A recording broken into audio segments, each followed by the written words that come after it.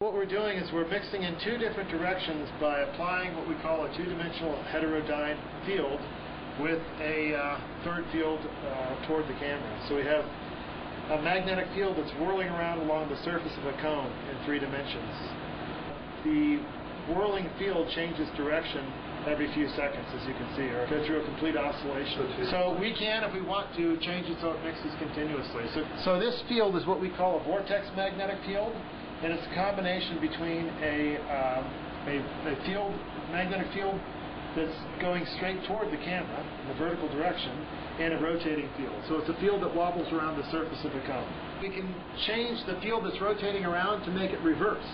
And then when we reverse, every time we reverse, the mixing all stops completely, and you see those Venetian blind-like structures. So these are kind of two different ways of mixing.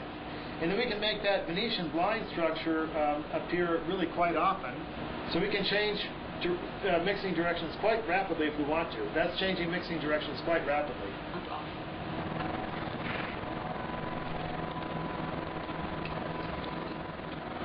So there's sort of different ways that we can mix, all by deciding whether or not we want to make the field spin around the cone in one direction and always go in the same direction, or spin around the cone and then reverse. And right now it's reversing twice a second.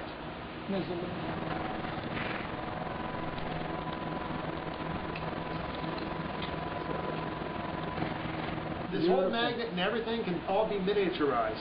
So you'd have a little teeny magnet right around the microfluidic device. And you can mix in microcavities, and there's no good way to do that right now.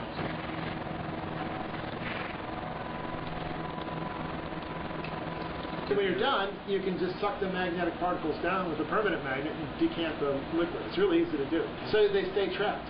Just like if you were going to dunk over a beaker, the stir bar would fall out, but you just put a magnet on the end of the, on the bottom of the beaker, and the stir bar doesn't fall out. And here, it's the same for all the magnetic particles, and none of them will go out.